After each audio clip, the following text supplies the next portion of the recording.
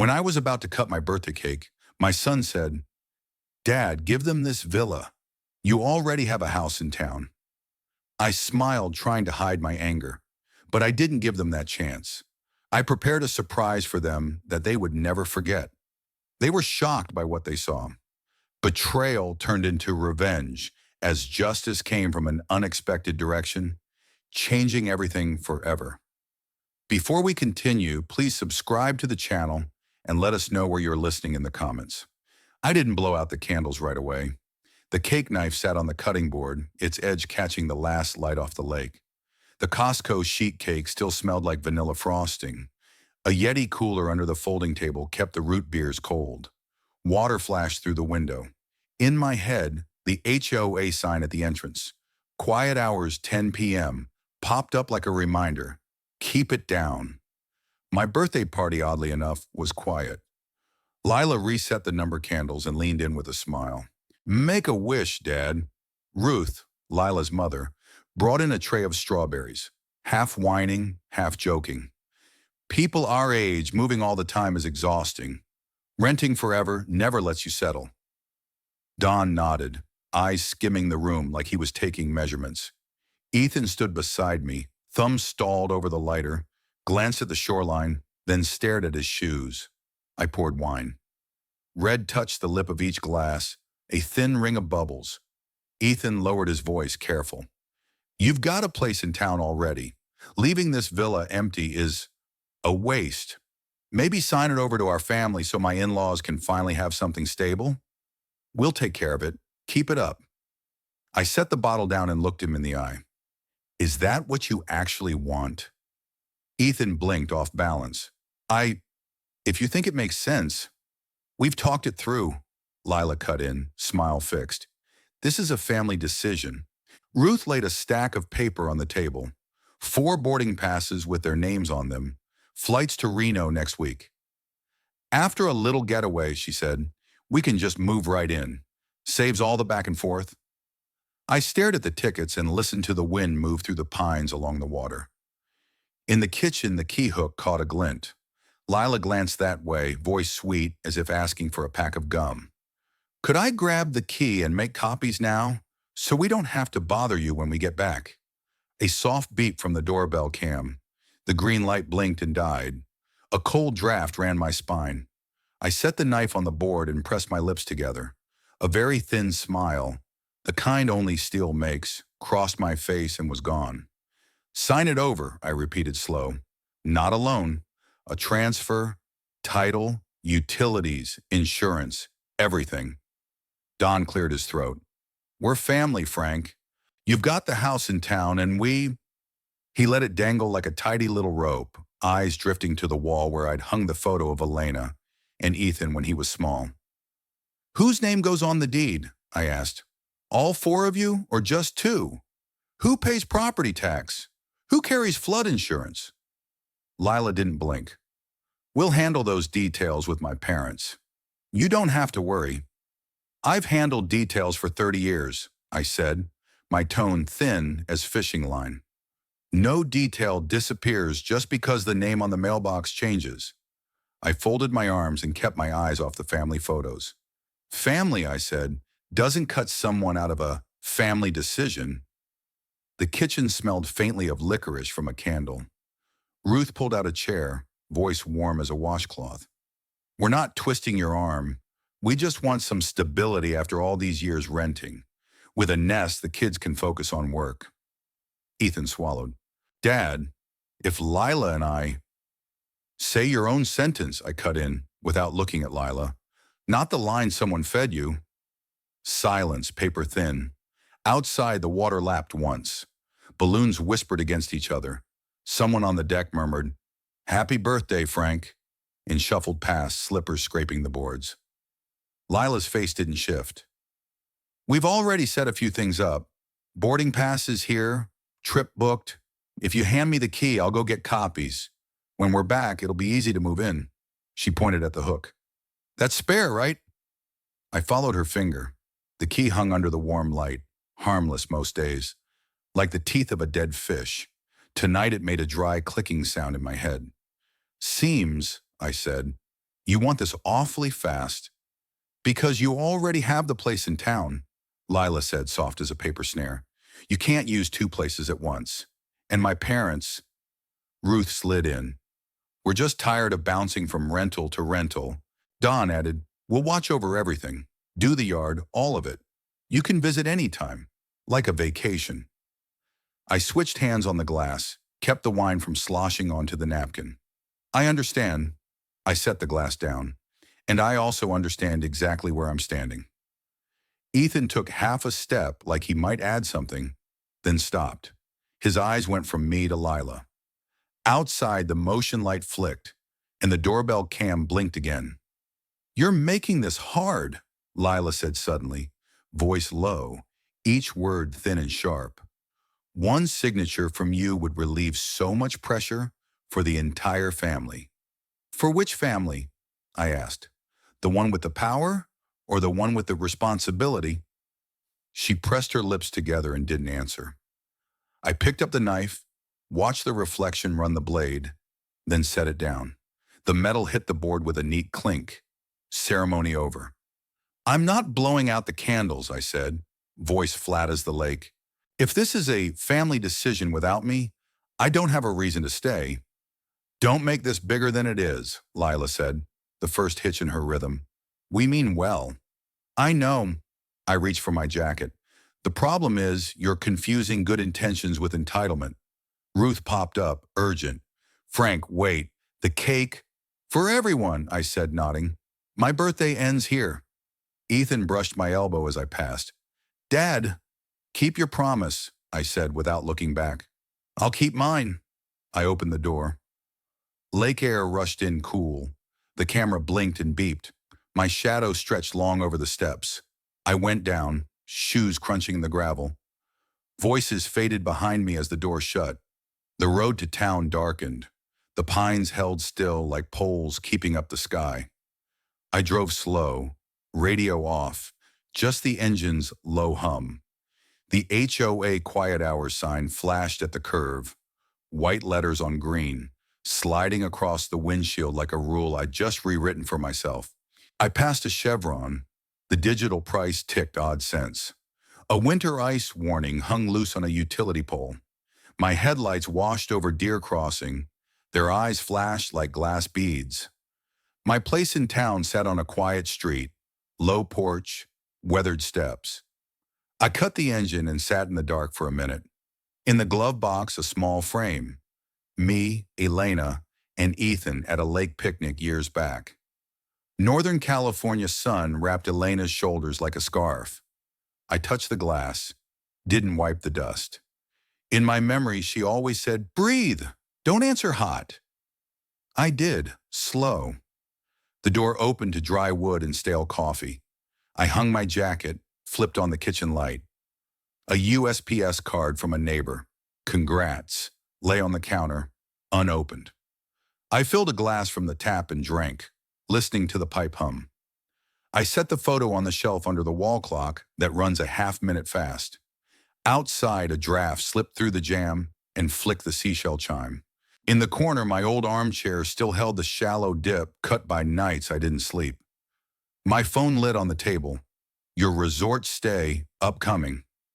I stared at the words, didn't swipe it away. The light washed the picture frame.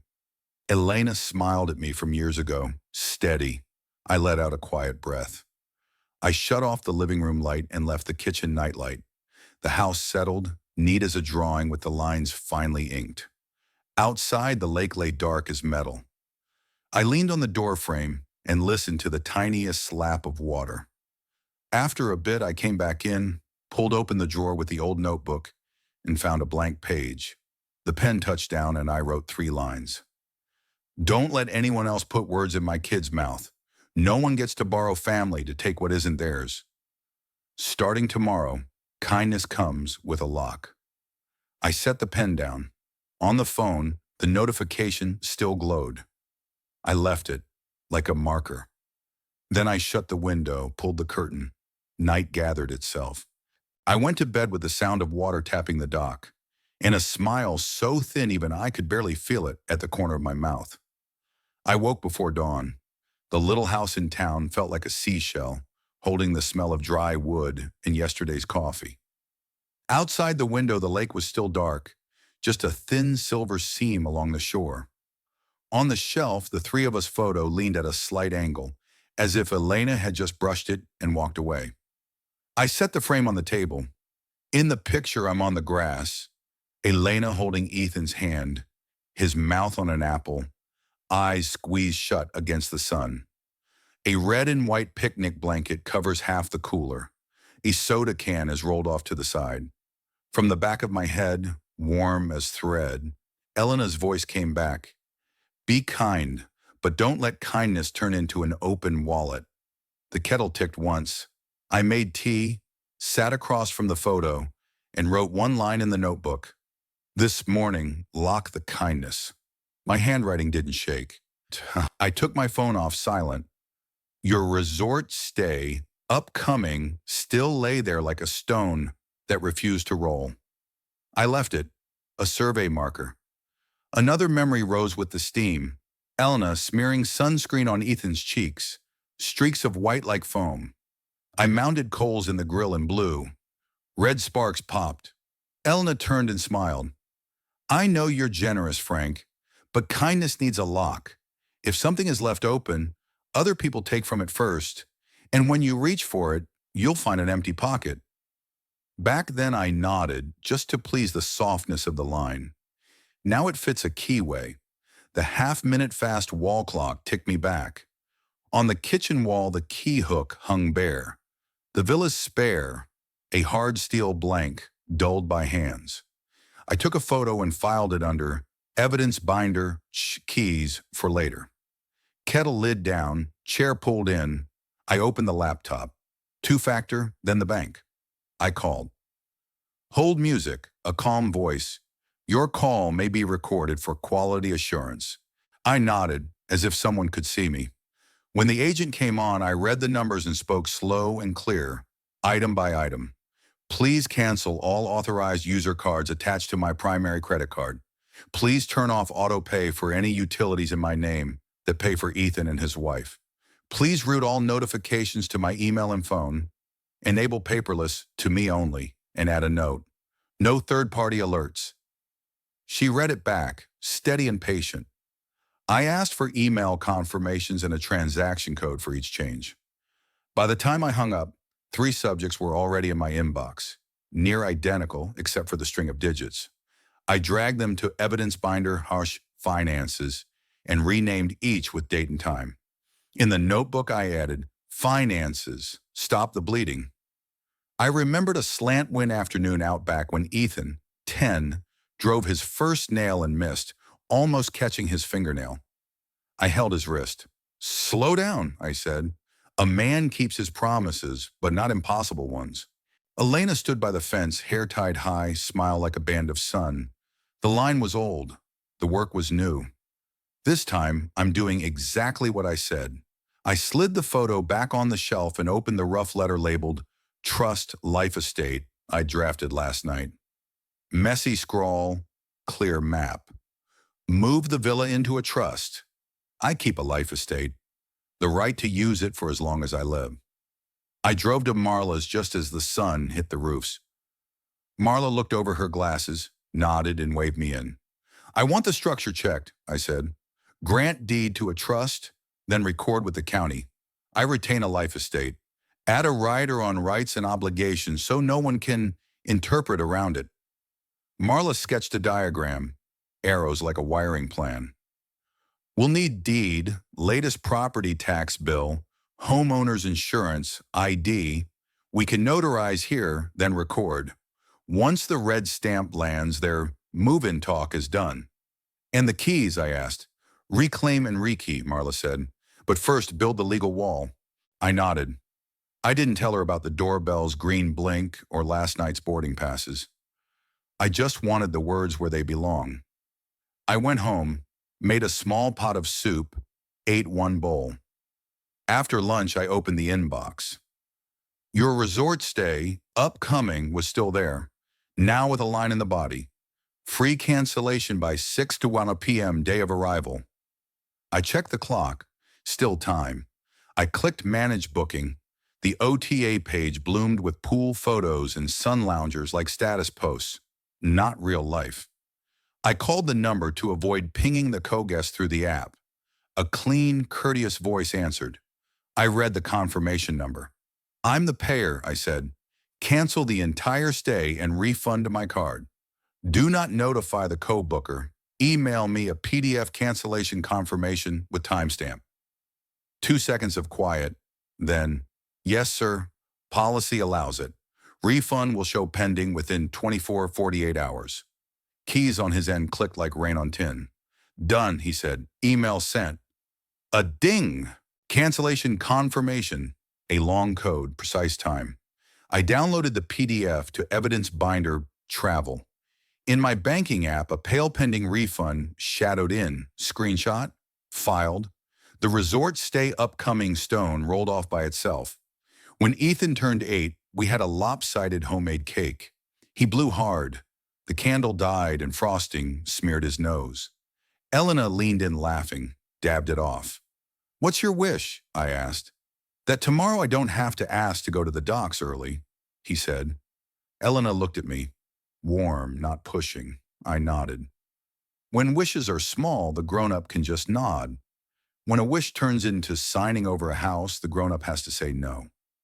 I stood, pulled the curtain. A thin sheet of noon fell across the floorboards. Back in the kitchen, I eyed the hook. Your turn will come, I told it, just not today. I added a line. Rekey after recording. Build the wall before you paint the door. All afternoon, I rechecked the bank emails. Authorized users canceled. Auto pays off. Notices routed to me. One line I liked a lot. Notification preference, owner only.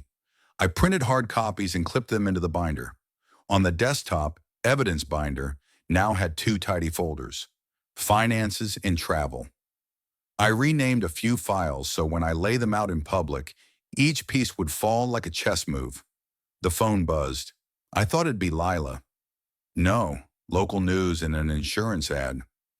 I turned on focus and killed the noise. I sat in the armchair with the notebook on my knee and closed my eyes for a few minutes. When I opened them, afternoon had tipped. I changed shirts, grabbed an empty manila, drove to the post office for forever stamps and large envelopes. I wasn't sure what I'd mail, only that I wanted to be ready. On the way back, I stopped at a hardware store for a fat black marker and small labels. Very soon I'll tag the hook. Keys, date, month, year. I want dates on things. Dark fell faster than I expected. I clicked on the warm kitchen light. The house felt like a small boat tied to shore. Few lights, few sounds. I opened the laptop and drafted a plain statement.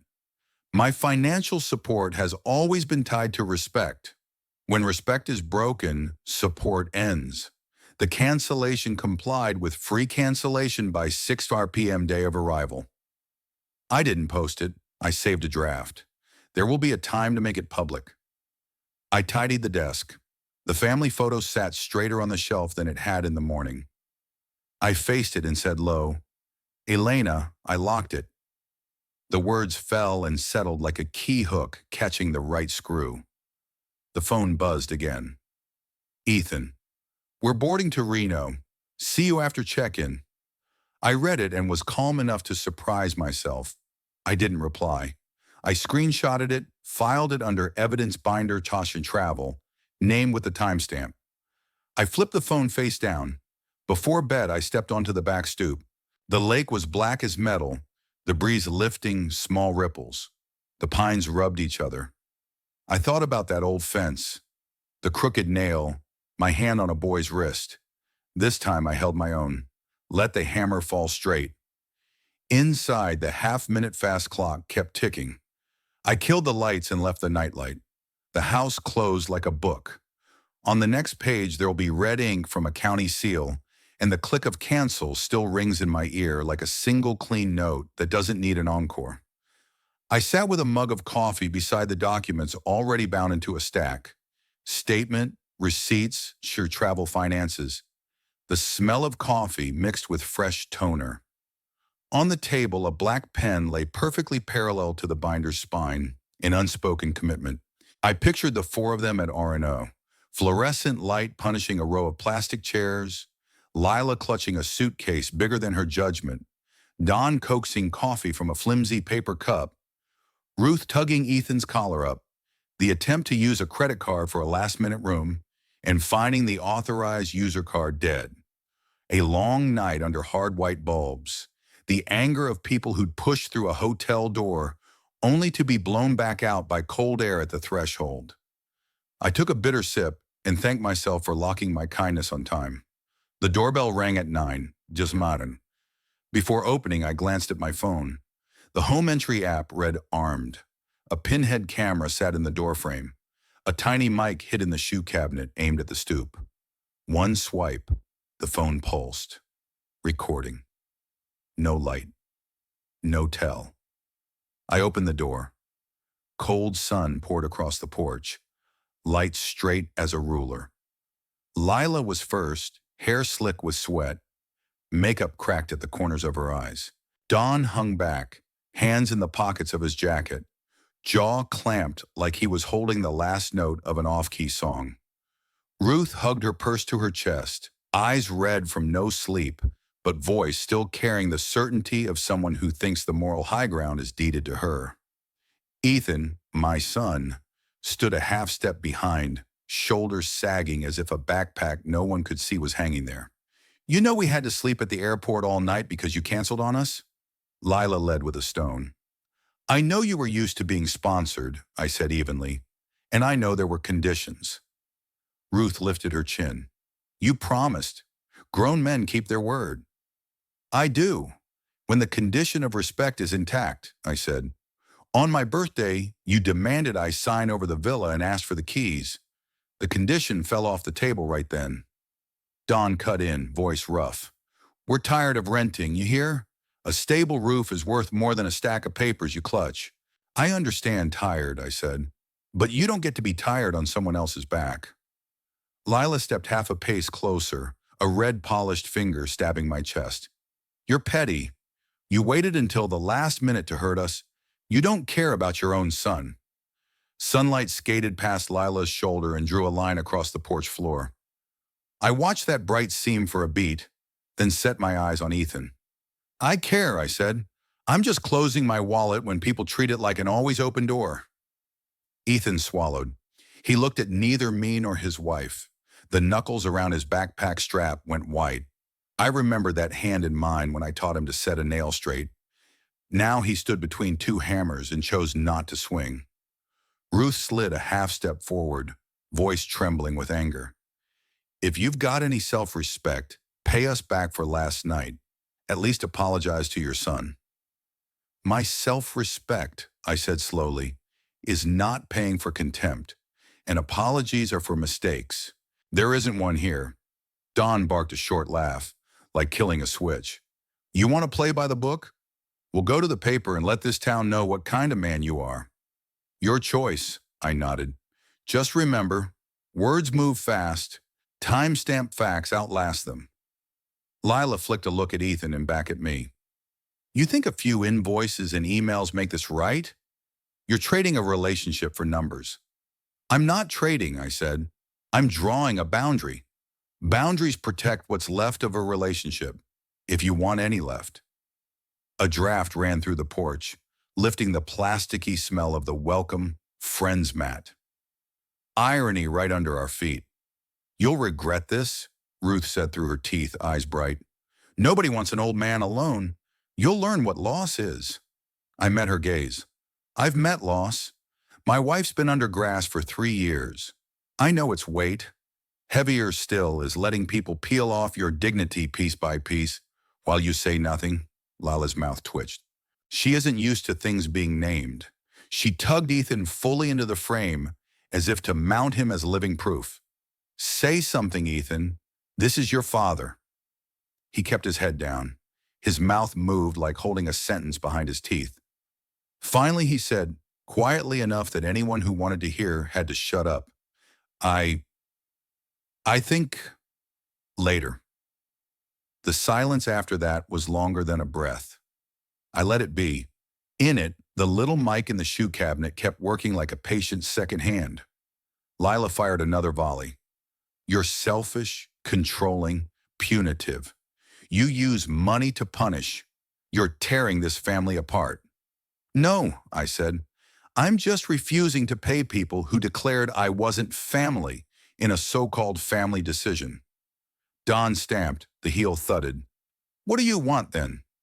Respect, I said. If you stay on the contempt road, remember, what's locked today is only the start. The authorized card was one lock. The next locks, I already have the keys. Lila narrowed her eyes. Is that a threat? It's a warning, I said, voice unchanged. The next lock is privileges, then doors, then access, and if needed, public voice. You can stop right now, change your posture, return respect, and a few doors will reopen, or keep going and regret it. The air went thick. Even the sunlight looked still. Ruth looked to Don, Don to Lila, Lila to Ethan, Ethan to his shoes, a loop no one stepped out of. I swung the door halfway closed, a reminder this was my house and the conversation was ending. I'm done. We'll go to the paper, Lila repeated, grabbing at a rope. We'll make sure everyone knows. I just took note, I said, and I'll make sure everyone sees, if needed. They turned, their steps hollow on the walk. I shut the door and turned the deadbolt. The knob still held a little heat from the sun. At the console table, I checked my phone. A neat green waveform. Entryway 0938, a WAV had finished. I renamed it CRS3 entry clip. WAV tagged 2 time marks. Ruth, loss. Me, next locks. I dropped it into evidence binder, sure media. Then the printer sang out my statement and receipts. Paper slid under the rollers like a light rain on tin. By late afternoon, just as Lila promised, the local weekly ran a one-sided piece. Father cancels family trip. Son and in-laws sleep at airport. Photo of plastic chairs under white glare. Copy smelling of instant justice. Phone ding. New story in your area. I switched to a black pen and signed a one-page statement. All financial support of mine is conditioned on respect. When that condition is broken, support ends. The cancellation complied with free cancellation by 6:00 p.m. day of arrival. Confirmation number and timestamp attached. Behind it, I stapled the cancellation confirmation email, the time-stamped screenshot of the pending refund, and a short timeline from the birthday night to this morning. Last came the audio entryway clip, insults and demands intact, dead air trimmed. Subject line, right of reply, statement plus receipts, plus audio, CC to the Lakeside HOA office. I closed with, I'm not asking for sympathy, I'm supplying time-stamped fact. 27 minutes later, the site updated. Update, response and documentation received from Mr. Frank Rivera. The original added, documents indicate the cancellation was within policy and funds have been refunded to the cardholder. Comments shifted like a creek hitting a big rock. If it were my house, I'd do the same. Demanding title and still asking for money? Nah. Ignore the terms, get locked, seems fair. I sat in the kitchen and played the .wav low. At my line, every gift comes with a condition. Respect. I pause. I remembered Elena's hand over mine once, and her line. Be kind, but don't let kindness be an open wallet. I closed the laptop. Door shut. Lock turned. The phone buzzed. Jewel, the smart home systems guy Marla recommended, texted, free tonight? Want me to swing by the villa to test layout? Set up per checklist? I looked at the handwritten trust or life estate note pinned on the wall. I texted back, keep it tight, do it tonight. I shrugged on a jacket and stood a minute on the porch. The sun stripe had slid off the threshold, leaving a faint seam between light and shade. I thought about the next locks, privileges, doors, access, public voice. I don't want to use them. I'm ready if I must. Outside, town sank into a charcoal dusk, cut to the villa's roofline. Black. A headlamp swept the ceiling, paused in the living room corner, slid down the hall. Hard cut. The morning was so quiet I could hear the furnace breathe. On the dining table, now a desk, the evidence binder lay open like a map, translucent tabs showing my handwriting.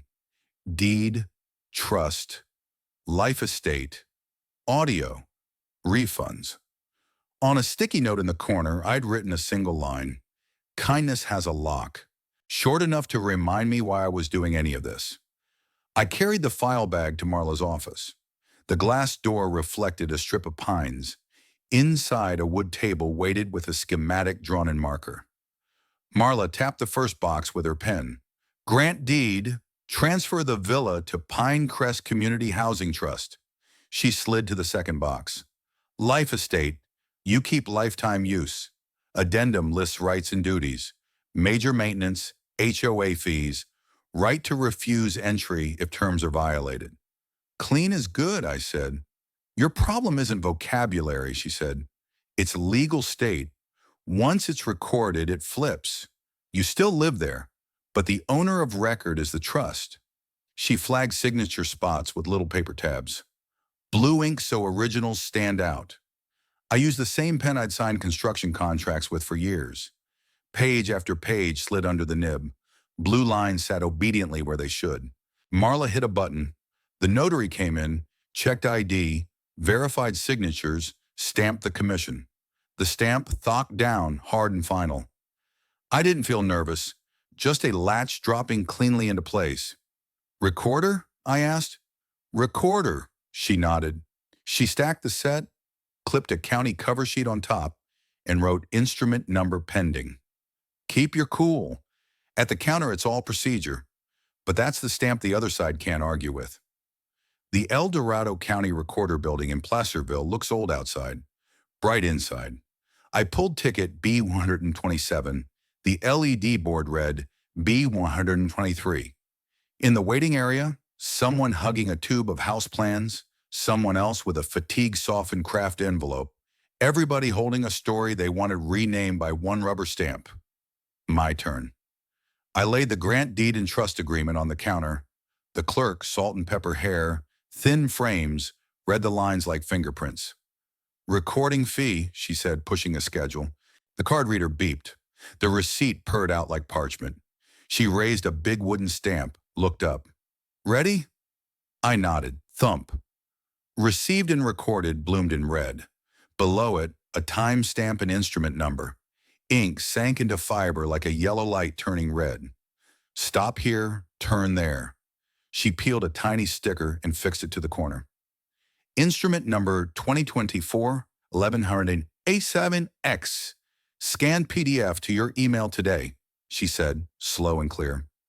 I asked to take a photo.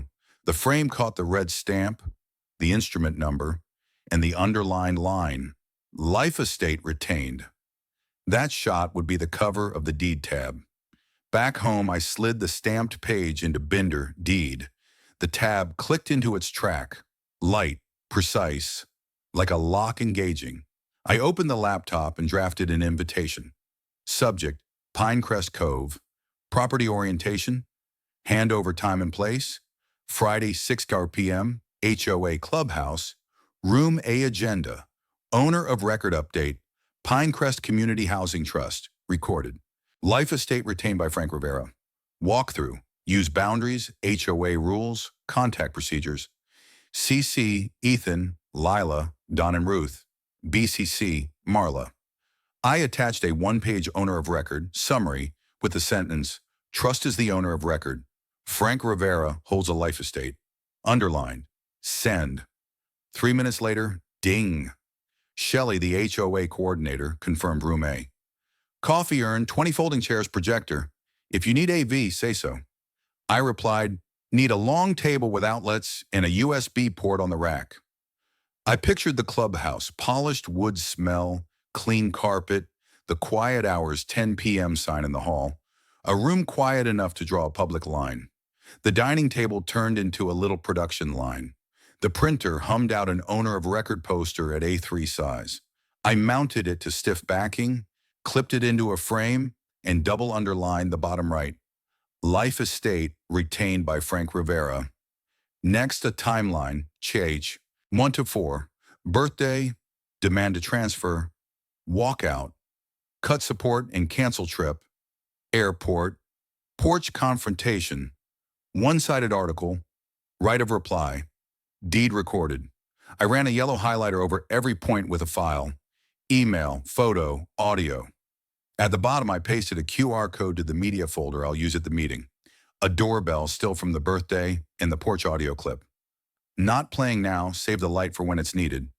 I plugged in a black USB stick, dragged the media over, labeled it, Pinecrest Orientation Media. Beside it sat the charred edge cutting board, grain smooth, rim black like a natural caution stripe. I set the keyring on it. Metal on dry wood made a clean, hard sound. I could see tomorrow, keys on that scorched surface in front of everyone, an object saying the line is here. Refund confirmations, audio excerpts, just the key lines, and the doorbell still went into their tabs. The binder closed with a crisp plastic snap. I loaded everything into a canvas tote, binder, USB, framed A3, cutting board. The bag's weight felt right, like carrying out a judgment already in force.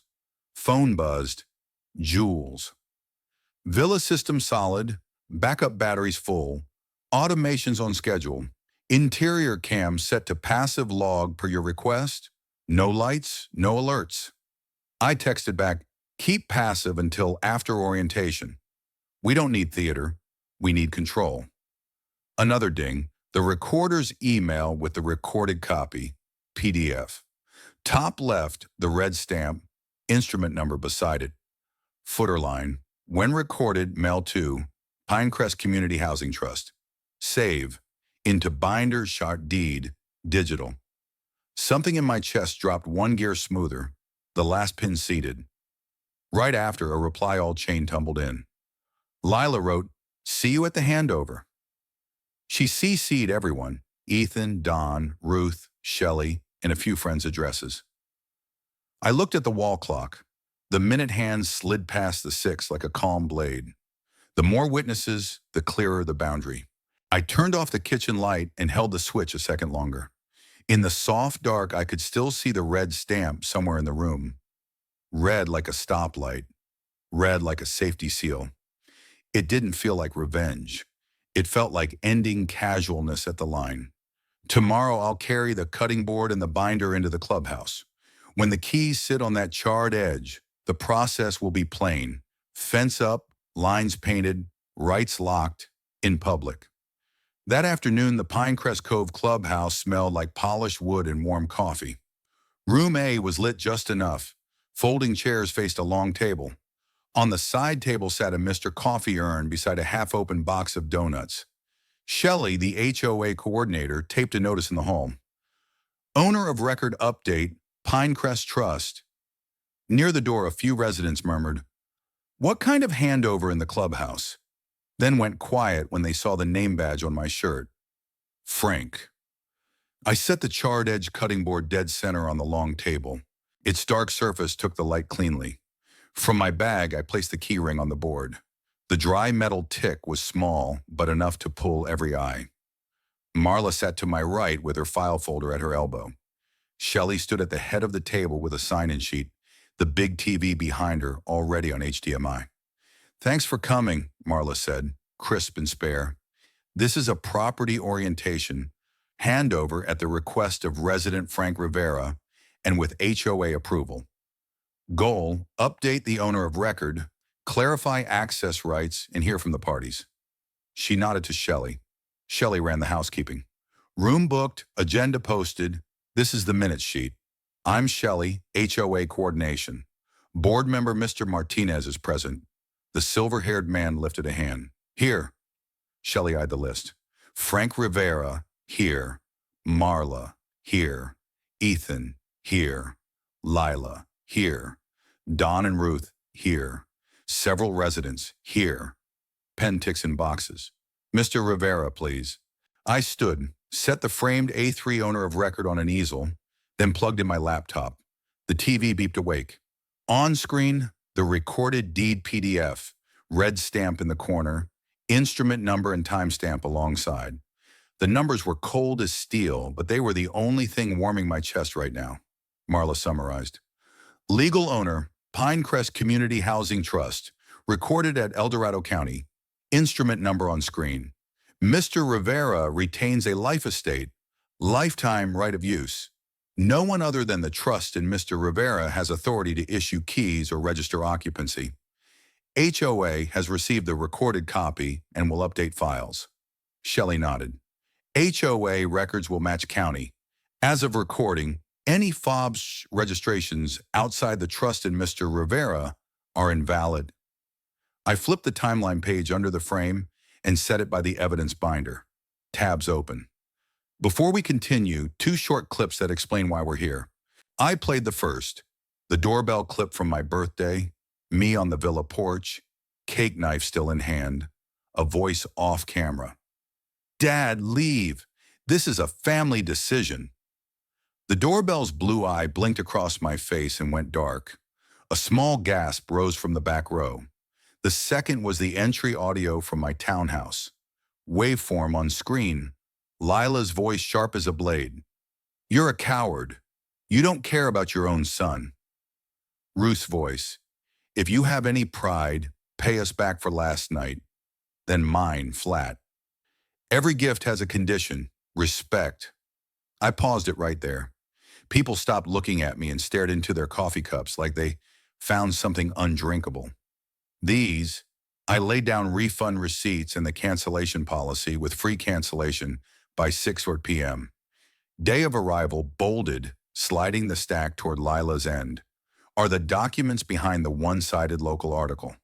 The refund posted to the cardholder. Every subsidy comes with a condition. When the condition breaks, the subsidy ends. As facilitator, Shelley spoke before Lila could. Based on the owner of record and HOA rules, I confirm from today, none of the 3, Lila, Dawn, or Ruth, has any right to hold keys, fobs, or register occupancy at the villa. Any access without consent from Mr. Rivera or the trust will be treated as trespass under current regulations. Guests must be logged via the HOA guest registry. Marla added, one more reminder, any attempt to use contents, change locks, or power any system without consent after this meeting will be handled as unlawful entry. This is a public notice with witnesses. I lifted the keys off the cutting board. The soft jingle sounded like a nail driven into a swaying wall, and slid them into my jacket pocket. This is family, Lila shot up, red polished finger aimed at the red stamp like it was the enemy. Paper can't erase blood.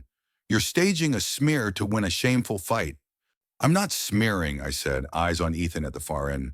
I'm projecting the truth with timestamps and receipts. If you kept respect, there'd be no clips to play. Dawn had run out of wind. He leaned back and rubbed his brow. Ruth looked around like hunting an exit the room didn't have. A resident in the last row whispered to her neighbor, if it were me, I'd change the locks too. Lila clenched her tote strap. What do you want? Money? An apology?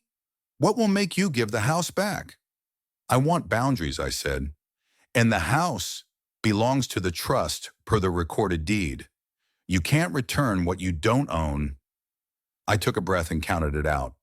I want to end the fantasy that you can demand anything anytime and expect me to fund the insult. Marla flipped the life estate addendum in front of Lila.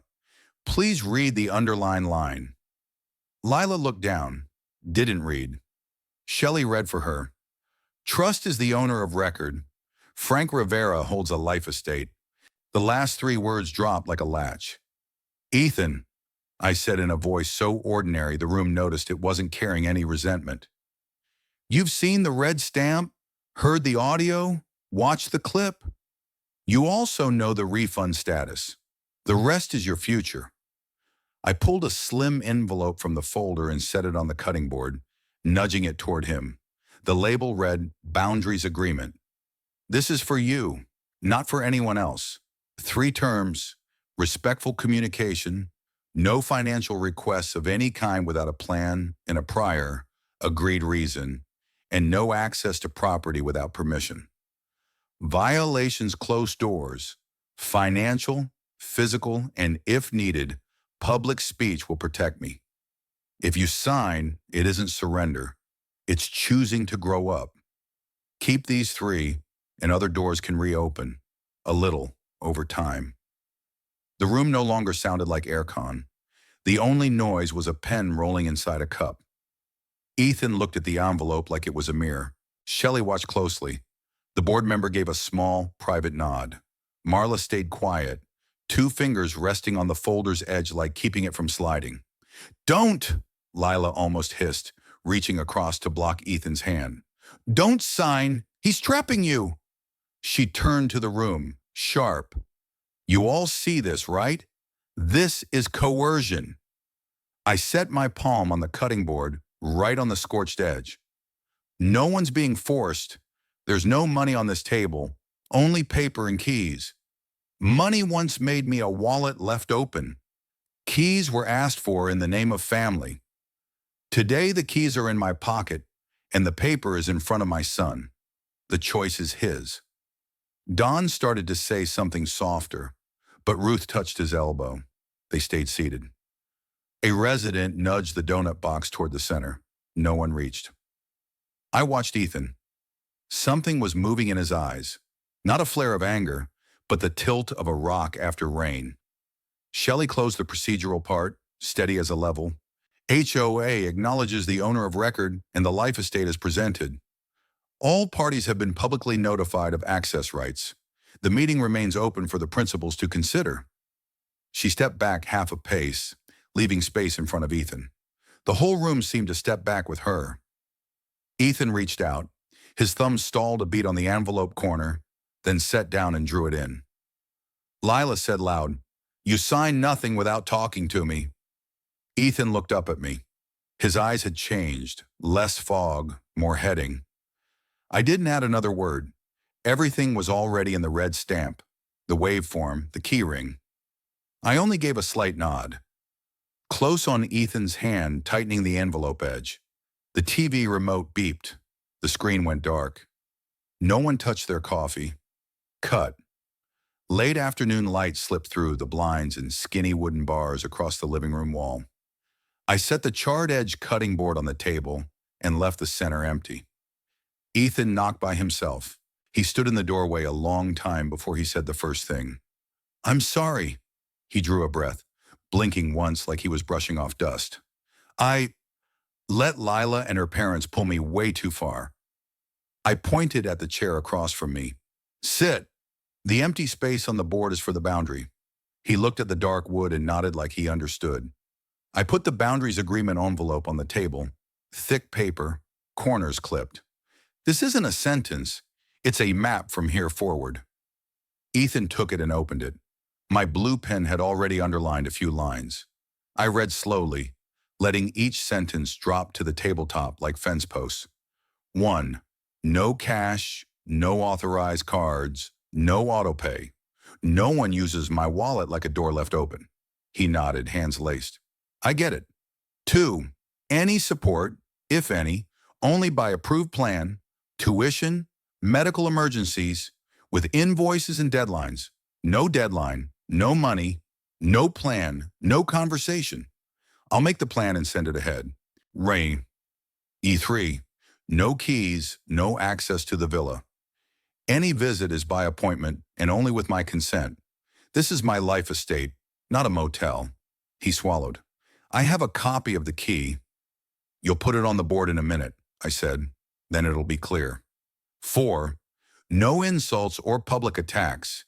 If you do, support freezes for 12 months. I don't bankroll people who throw mud on themselves. He lowered his eyes. "That article, I know." 5. Everything by email so there's a record.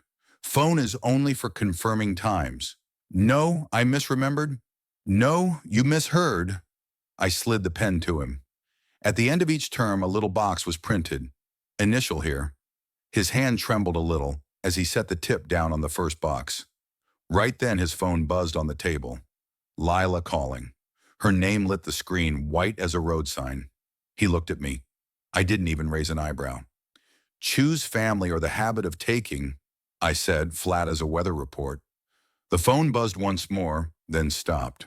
He held the power button. The screen went black. He drew in a long breath and wrote ER in the first box, the R coming out darker. Then the second, third, fourth, fifth. Scratch. The pen sounded steady, like a paint roller across wood. Initials done. Now the signature, I said, passing him my blue ink pen. He signed his full name, straight strokes, no flourishes.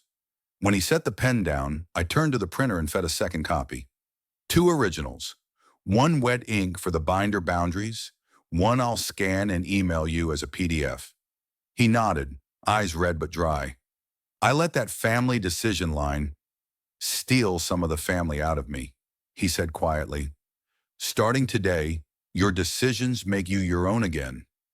I slid open a drawer and took out a Sharpie. Keys now. Ethan pulled a little ring of copies from his shirt pocket and set it on the board.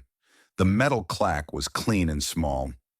I flipped the tag so the stamped side faced up and wrote on the ring, returned 062 AM FRNE. Date and time, he asked. I'll fill it precisely after I scan and log it, I said, smiling. We're about to be busy painting a fence. The garage still smelled like wood and machine oil, same as back then. I pulled a box labeled in thick marker, Ethan, Summer 12, off the shelf. We opened it, a little hammer, a shim, old gloves, and a paint roller. I popped a can of white, stirred once. When you were 10, I said, we painted half the fence and quit when the rain came down. Ethan tugged on the gloves, a thin smile. I remember, I splattered Mom's new shoes. This time, I handed him the roller. 2 coats, straight, dry. We worked down the fence. The roller hit the boards with a soft rasp. The white line ran board by board, swallowing the stains. I went ahead to mark a straight run. He followed with the second coat, sparse car noise out on the street, pine on the air, paint in the nose. Each pass another sentence. No cash, no keys, no insults, email, not phone. A fence of words going up along a fence of wood. At the corner, he paused. I'm moving my stuff into an apartment near work, he said. I'm not pulling you into it anymore. Lila's going to be mad. Anger is the shadow cast when a habit gets cut off, I said. Shadows shrink when the sun rises. His phone buzzed again in his pocket, a text from Lila. He didn't look. I'll reply by email. I'll attach the agreement and CC Marla. If she wants to talk, we'll schedule. That's an adult, I said, nodding. We rolled the last board. I stepped back. The lines were straight, white, drying the way a wound gets bandaged right. No longer seeping, just a faint mark that will fade. Ethan pulled off the gloves and leaned on the handle, looking at his work with a kind of peace I hadn't seen in a while. I cracked a can of root beer and handed it to him. The foam hissed up, a small sound like the breath after a long swim. Just before dawn, the dock was empty. The lake was glass, pilings reflected like upside-down exclamation points. We sat in the Adirondacks, my coffee hot, his root beer going flat. My phone dinged. Email from the trust. I opened it. Veteran family tour. Confirmed. A veteran family would tour the villa next week. Please be present or appoint a life estate representative. I turned the screen so Ethan could read. When you live inside the boundary, I said, doors still open, but house doors, not safes. He nodded. Can I come help, yard, floors, before the tour? Send an email to schedule, I smiled, and show up on time. We watched the water change color, a flock cut across like a dash in the sky. I thought of yesterday afternoon, the boundaries agreement resting in binder, boundaries, wet ink copy filed, PDF scanned into evidence binder boundaries. Next to it, the key tag with the Sharpie line I'd filled in last night. Returned, or 6 Gori, FRNE. I dropped the keys into the lockbox and spun the dial. The clack sounded like a subway turnstile. Not a prison sound, a safety sound. I stood and stretched. Let's go, I said.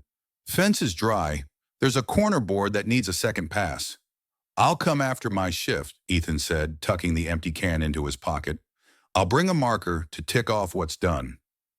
At noon back in the kitchen, I set the keys on the cutting board one more time. The way people set two stones on a grave, respect and reminder. Then I slid them into the lockbox and latched it in the cabinet. Outside, the fence shone white as a sentence said at the right time. Another email dinged. The trust again. Volunteer day invitation. Come help fix a step, paint a rail, trim the verge. I looked out at the lake. A strip of sunlight lay on it like a piece of yellow tape. I smiled, not because I'd won, but because the boundary line had finally agreed to stay put. If you enjoyed the story, please like this video. Subscribe to the channel and share your thoughts about it in the comments. To hear the next story, click the box on the left.